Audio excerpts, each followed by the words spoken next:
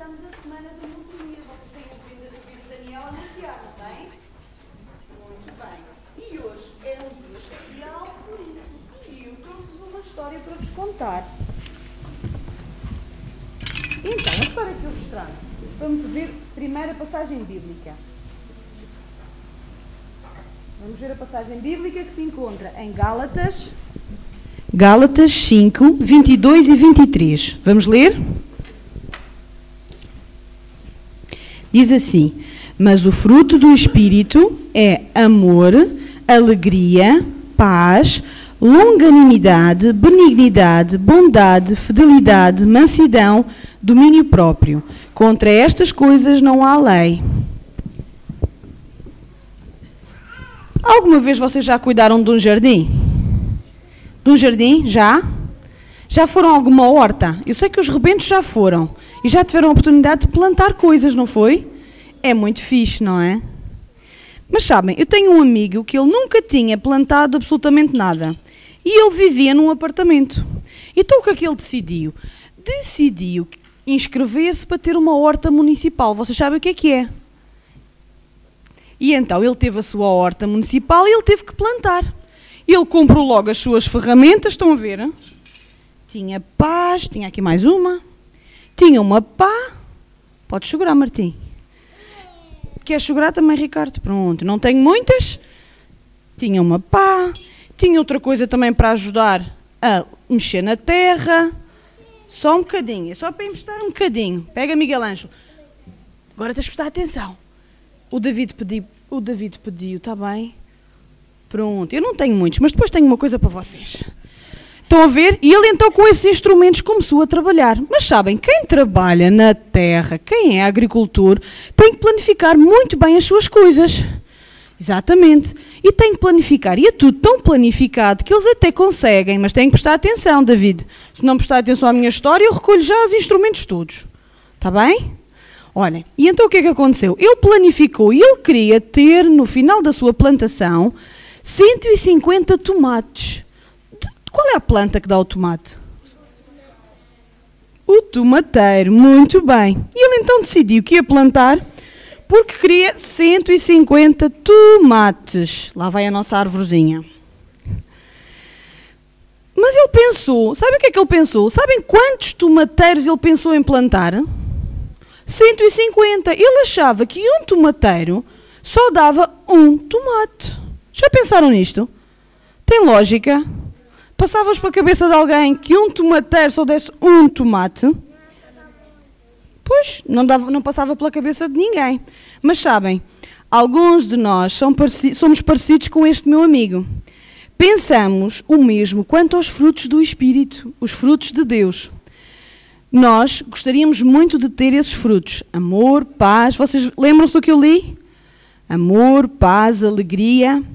Aquilo que vimos em Gálatas. E então, como é que nós conseguimos esses frutos que nos tornam cristãos felizes? Vocês sabem como é que conseguimos esses frutos? É isso que nós vamos aprender esta semana.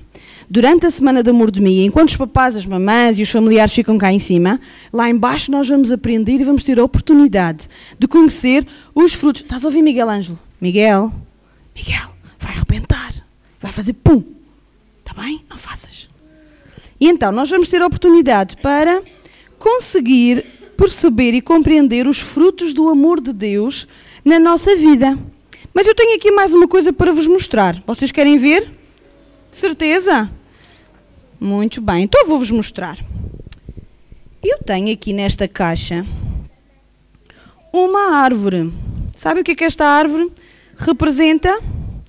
Esta árvore está castanha, não é? É um pinheirinho que nesta altura só se consegue estes pinheirinhos.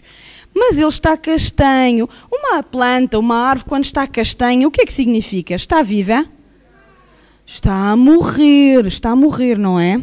E sabem, esta árvore representa uma pessoa que não tem Jesus no seu coração. Não tem vida, está morta. Está bem? Esta pessoa tem na sua vida, não tem os frutos do Espírito. Tem ódio, invejas, maldade, tem uma série de coisas más que vão fazendo com que a planta vá morrendo a cada dia. Mas não é desta que eu vos quero falar.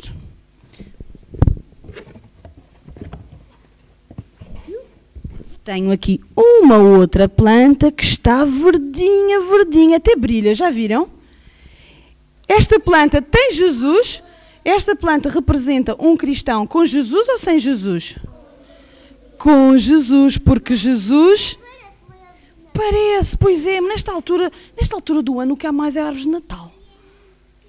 É pequenina para caber dentro da caixa, Margarida. Está bem? Vou continuar a contar a história.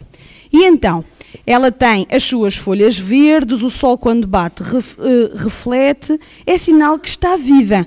Sabe o que aconteceu a uma pessoa que está com Cristo na sua vida? Ela foi purificada dos seus pecados, porque Jesus morreu na cruz para nos salvar. Muito bem. Mas eu ainda tenho mais uma árvore. Que é a caixa maior, sim senhor. Vocês querem ver?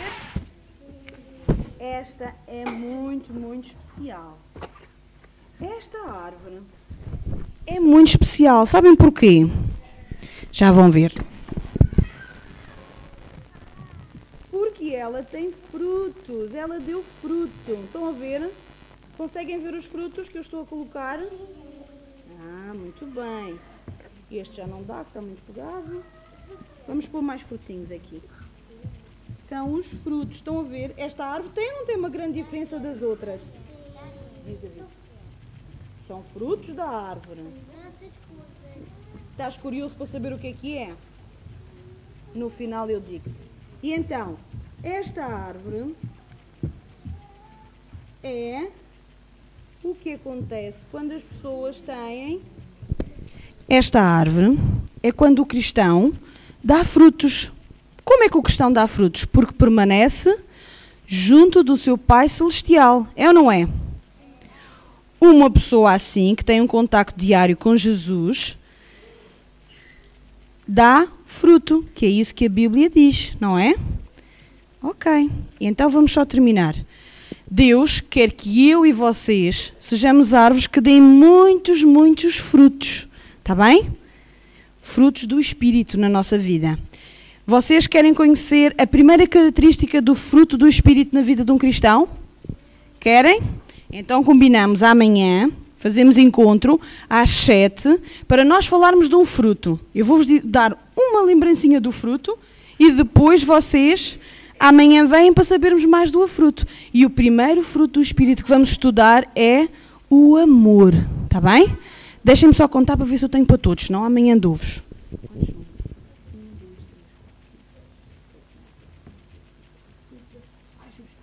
Vamos lá? Vamos a sério. Tem mais. Então fazemos assim.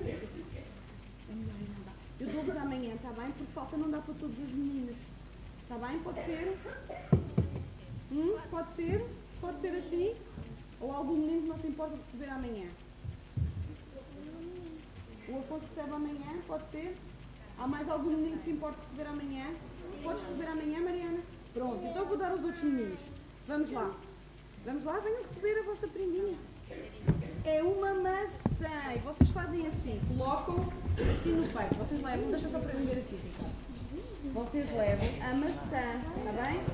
Que é do amor. Pronto, então vá.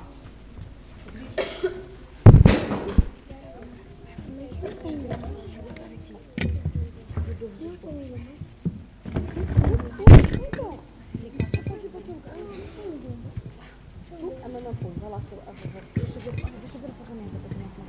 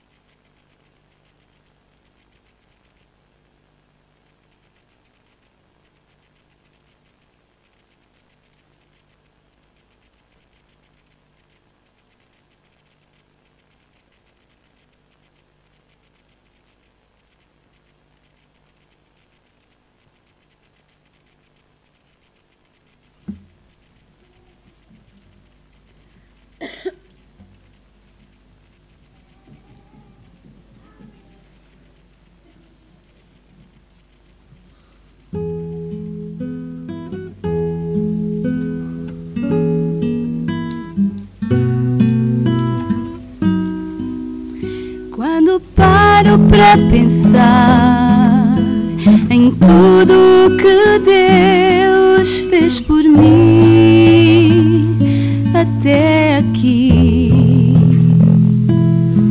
sinto enorme gratidão. Nunca poderei pagar seu perdão, é sem fim. O amor do meu Jesus não tem preço. Sua vida deu por mim, eu não mereço. Quantos erros cometi e de Deus me esqueci, mas Jesus está pronto a me aceitar outra vez.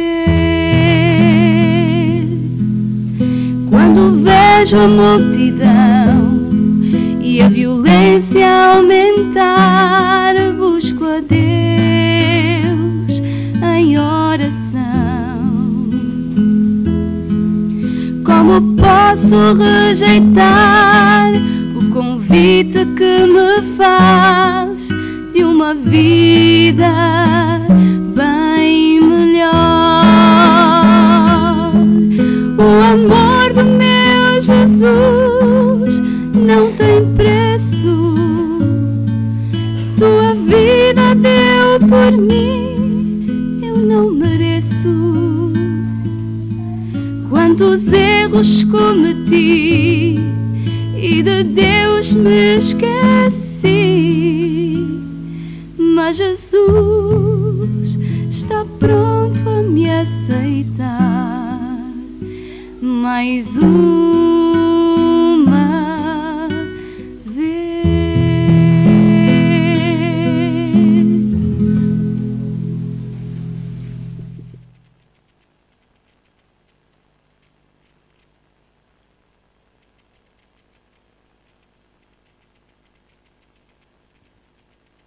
Desejo um sábado feliz a todos os irmãos e peço agora para que possamos abrir as Bíblias no texto de Lucas 16 e vamos ler os versículos 1 a 9.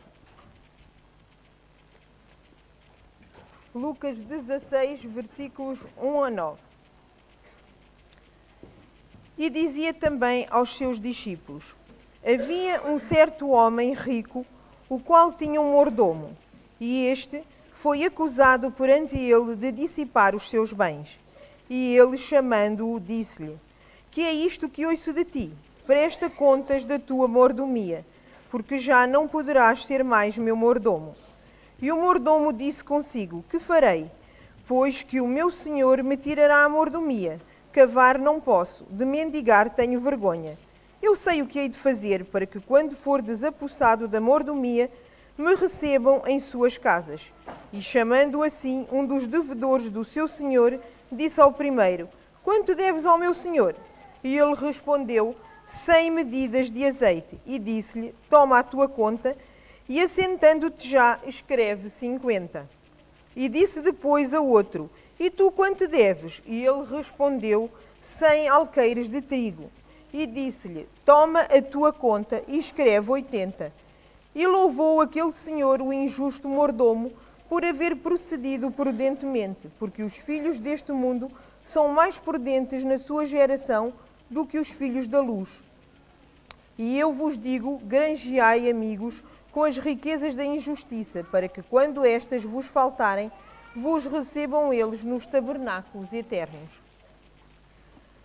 Numa manhã de sábado da primavera de 1941, o sol resplandecia sobre uma pequena aldeia africana. Esta pequena aldeia estava convertida ao adventismo. Os campos de cereais que a rodeavam prometiam uma colheita abundante. E o sino, no cimo da pequena igreja, que era construída com tijolos de barro, chamava os crentes nesta manhã de sábado para a escola sabatina. Mas de repente o sol escureceu. E os aldeãos rapidamente descobriram a causa desse fenómeno. Era que um gigantesco enxame de gafanhotos se começava a aproximar da aldeia. Eles ficaram muito preocupados e muito aflitos, pois ali todo o seu sustento iria ser devorado por aqueles gafanhotos, todos os campos de cereais à volta iriam ser devorados, e eles ficaram muito aflitos. Eles pensaram em gritar, fazer barulho, bater com coisas em panelas de metal para que esse barulho pudesse talvez afugentar os gafanhotos. Mas o sino continuava tocando, lembrando-os que era sábado e que Jesus os estava chamando para ir à reunião, para terem uma comunhão com ele. E assim, eles, ao se lembrarem disso, resolveram ir à igreja. E foram à igreja. Depois da escola sabatina, o pregador, à pressa, improvisou um sermão sobre Malaquias, que tem uma promessa que nos diz: eu repreenderei o devorador para que não vos consuma o fruto da terra. E assim todos estes irmãos desta aldeia ficaram na igreja durante o dia, confiando nesta promessa de Jesus. Ao pôr do sol, quando foram inspecionar os seus campos, eles viram de que nenhuma folha verde tinha sido consumida. E os habitantes das aldeias vizinhas, quando souberam isto, eles vieram falar com o pregador desta aldeia e perguntar porque é que isto tinha acontecido com eles e não tinha acontecido com as outras pessoas. E então a promessa de Malaquias foi-lhes repetida. A mensagem de um Deus que ouve e responde às orações dos seus filhos fiéis foi-lhes novamente apresentada. Então um dos chefes das aldeias vizinhas, que era um pagão, dirigiu-se ao pastor e disse-lhe: se esta é a maneira como o vosso Deus vos ajuda, eu também o quero conhecer. Estou pronto para ouvir as suas palavras. Esta história coloca em evidência os benefícios materiais e espirituais que todo o cristão pode alcançar através do exercício adequado da mordomia.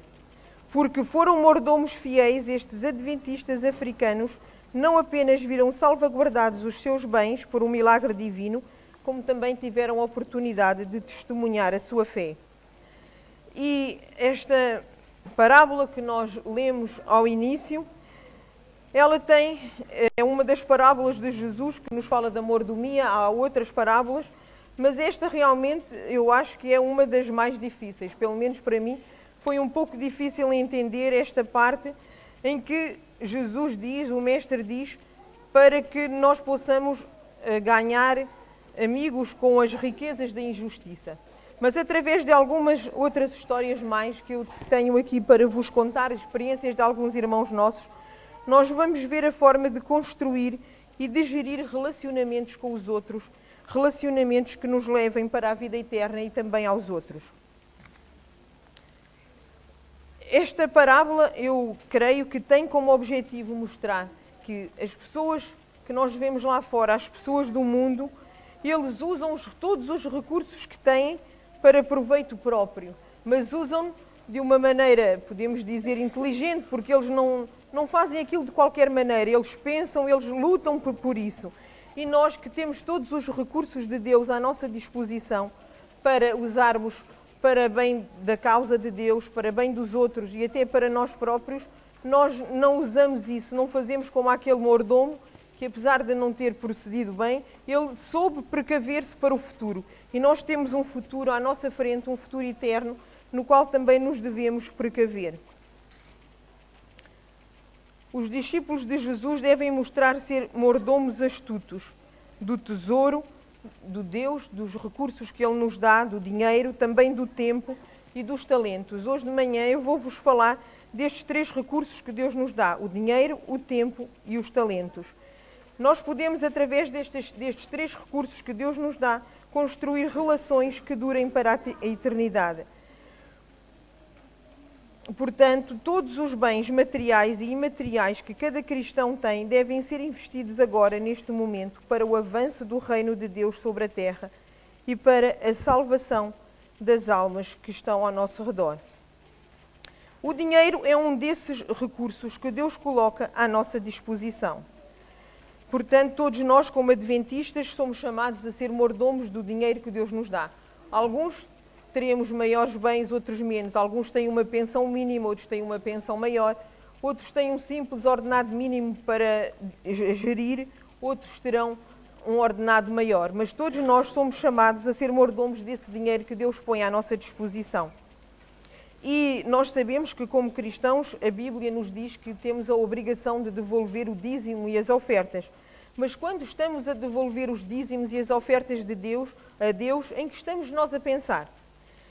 Será que nós pensamos que há um mundo a salvar, que há um evangelho de esperança a anunciar à humanidade, mas que tal só poderá ser realizado se nós, cristãos, investirmos esses recursos na obra de Deus?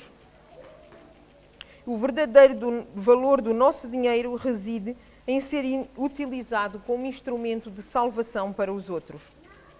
Vou-vos agora contar uma pequena história, uma experiência que provavelmente alguns já conhecerão. E esta história passou-se numa manhã, numa mansão em Inglaterra, numa família nobre que é a família Churchill.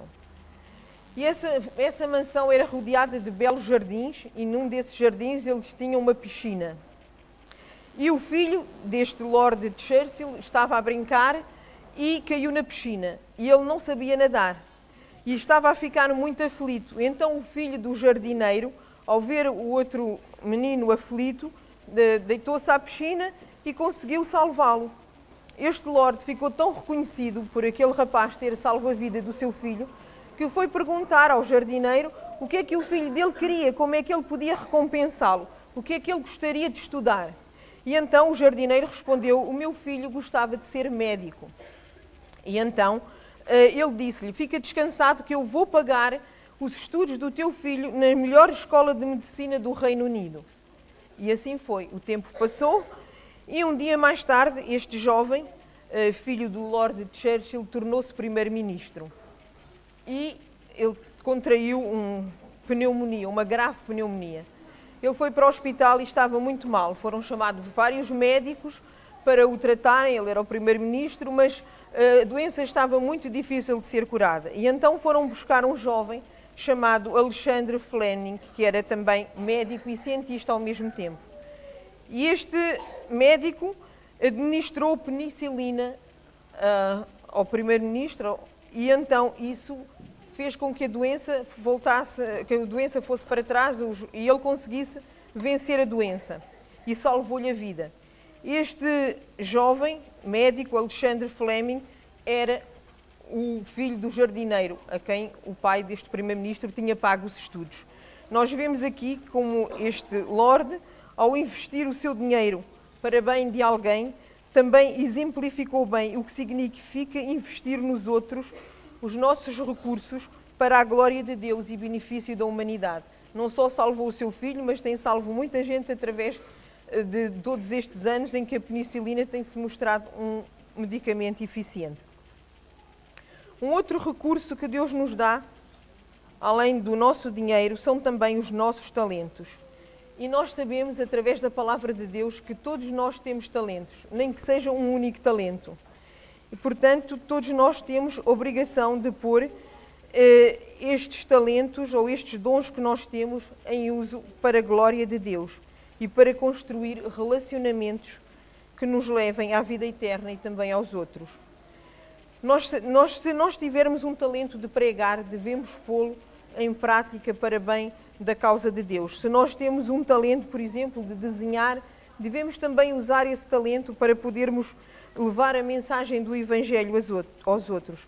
Há pessoas que também têm facilidade de fazer amizade com pessoas que estão sós, solitárias. Tudo isto nós devemos pôr em prática para bem e para o avanço da causa de Deus. Devemos ser criativos no uso dos nossos talentos para abençoarmos a humanidade que nos rodeia e levar ao mundo que nos rodeia a mensagem de Jesus, pois Jesus também deseja restabelecer um relacionamento com os seus filhos perdidos. Vou-vos contar também uma experiência, que esta também é muito conhecida, creio que todos provavelmente já conhecerão, de alguém que utilizou o seu talento para ajudar outra pessoa. Isto passou-se em Génova no início do século XIX. Havia um pobre mendigo que costumava pedir esmola num canto de uma praça principal desta cidade. E ele ficava lá, tocando, arranhando o seu velho violino, e para que, na tentativa de alguém lhe desse alguma esmola. Ele tinha lá o seu chapéu e ia tocando esperando que alguém lhe desse uma esmola. Mas era difícil, o violino estava velho e um bocado desafinado e ele não conseguia muitos recursos desta forma. E então um dia passou por ele um senhor bem vestido que parou e ficou a olhar para ele. Ele ficou assim um bocado aflito, não sabia o que o senhor queria, estava à espera de uma moeda, o senhor não lhe dava uma moeda, mas de repente disse: dê-me o seu violino. Ele pegou o violino, afinou e começou a tocar.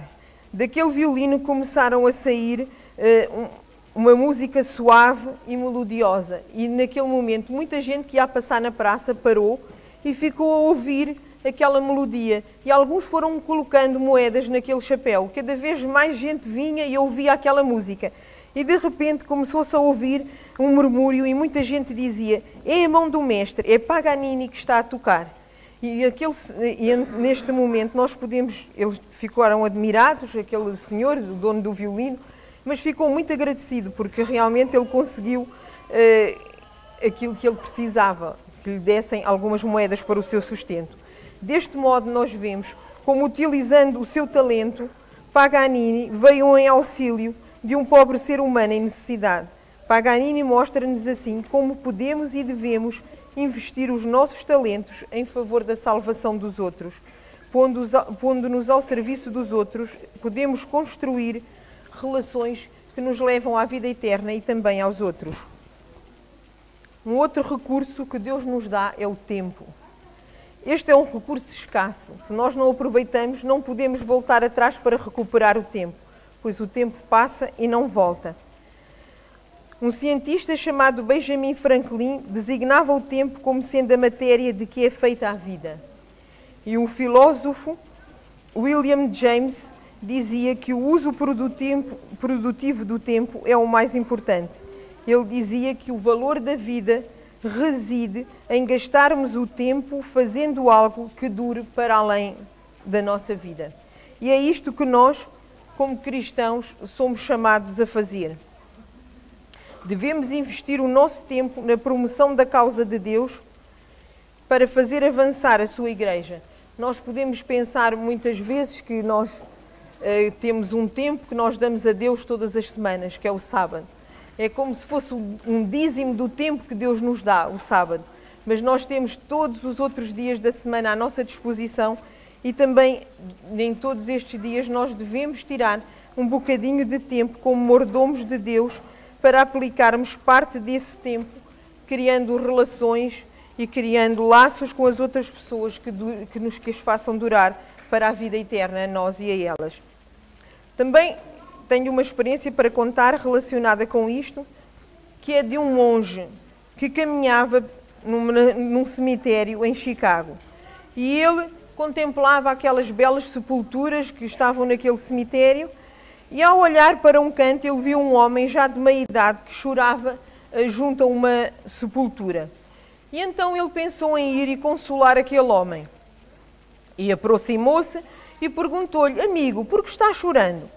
E o homem respondeu: choro pelo homem que deu a vida por mim. O monge ficou admirado com aquela resposta e perguntou-lhe: mas quem foi que deu a vida por si? Como foi isso? E então aquele homem contou a sua história. Ele contou que quando a Guerra Civil Americana estava no seu auge, ele foi convocado para o serviço militar. E então, na noite anterior à sua partida, ele estava a tentar consolar a sua esposa e os seus filhos que choravam muito. E houve um vizinho que lhe bateu à porta e o vizinho fez-lhe uma proposta. Ele disse: eu sei que amanhã tu deves ingressar no exército. E eu estive a pensar: tu tens mulher e filhos, eu não tenho ninguém, estou sozinho, só tenho a minha mãe. E então eu estou disposto a ir por ti, eu vou-me alistar com o teu nome, vou-me alistar no teu lugar. Só te peço uma coisa: se por acaso eu morrer, quero que tu tomes conta da minha mãe como se ela fosse a tua mãe. Este senhor aceitou a proposta daquele vizinho amigo.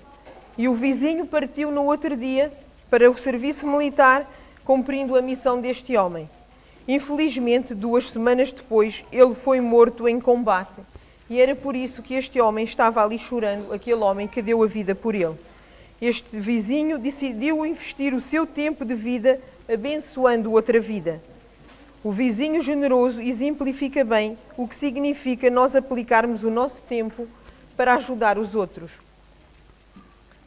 E nós sabemos que hoje, mais do que nunca, isto é algo que é necessário nós fazermos como igreja, como filhos de Deus, porque nós sabemos que há tanta gente ao nosso redor hoje que está precisando da nossa ajuda, que nós demos um pouco do nosso tempo.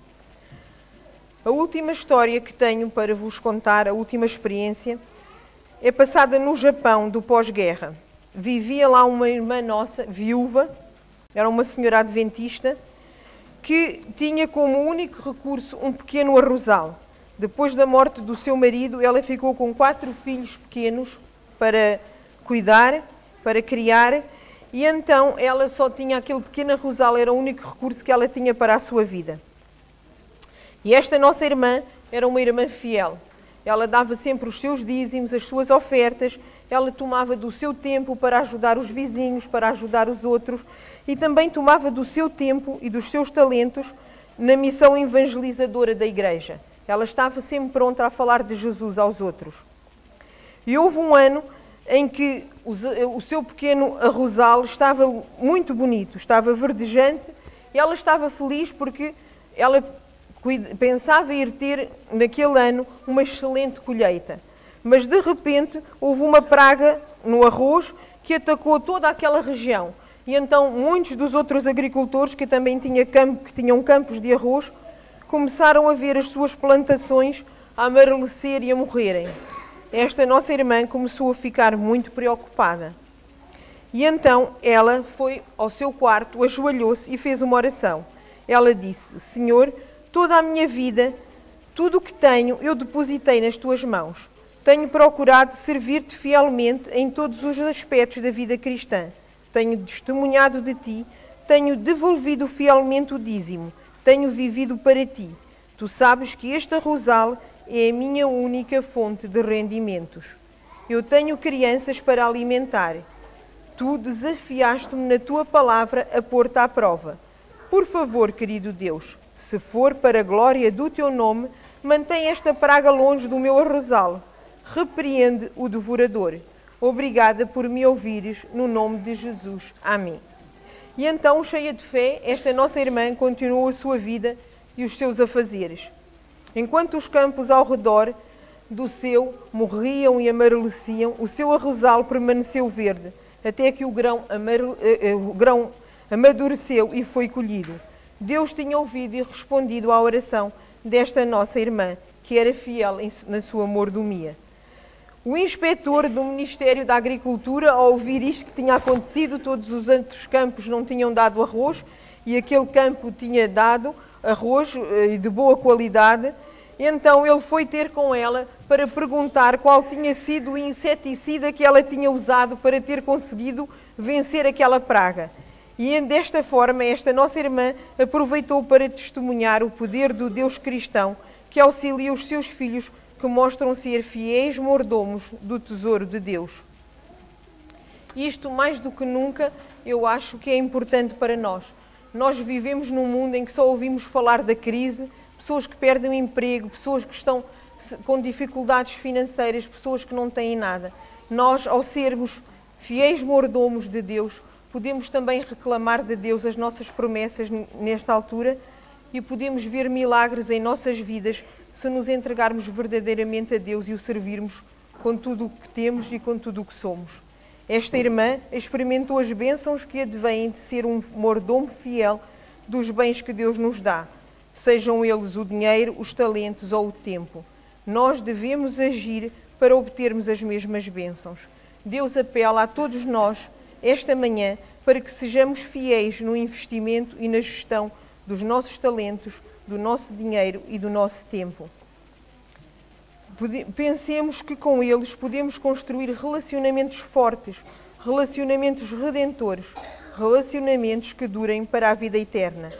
Sejamos mordomos fiéis na seara do Senhor. Amém.